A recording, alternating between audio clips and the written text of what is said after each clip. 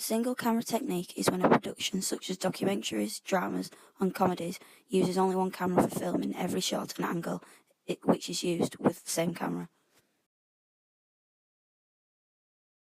The scenes don't have to be filmed in a chronological order. The final sequence can be arranged during editing. It appears more real to the audience, therefore it has a greater impact on the audience, making it easier for them to relate to. Cheaper to film as only one camera is needed to hire or purchase. Easier to set up with just one camera. You can only get one camera angle at a time, meaning you spend longer editing. You would have to make sure all the outtakes and mistakes are sorted out over time, as opposed to multi-camera, where you can edit certain sequences, angles and scenes together that are on the camera. By using multi-camera, it allows people to cover more area as there are more cameras. Use different shots for each camera. Be able to see reactions and emotions through different angles. The transition from one person to another will be smoother as it can be filmed all together rather than filming one person, then having to redo it to film the other person. It is also quicker as you are not having to do the same film over and over again to get every piece of footage like they would have to in single camera. It takes longer to set up due to the large amount of equipment. It is more expensive than single camera because there is more than one camera that is being used.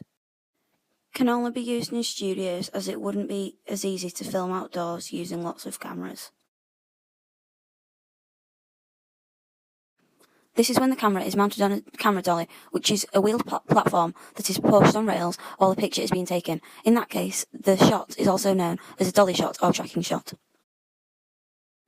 This is a shot that is so tight that only a detail of the subject, such as someone's eyes, can be seen. Cameras pan by turning horizontally on a vertical axis, but the effect may be enhanced by adding other techniques, such as rails to move the platform on.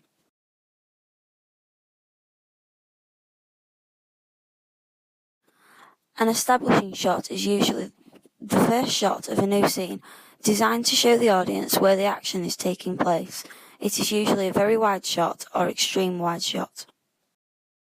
This is a shot from a camera angle which is positioned low on the vertical axis, anywhere below the eye line looking up. The trunk shot is a specialised type of low-angle shot. If you take Matthew now, when his whole future is at risk, he will love you to the...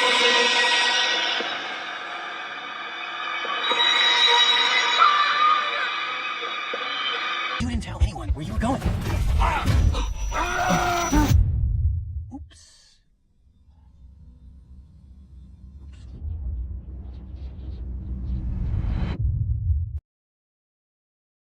Flat and shadowless looks. We simply A style of lighting for film, television or photography that aims to reduce the lighting ratio present in the scene. It is to suggest an upbeat mood.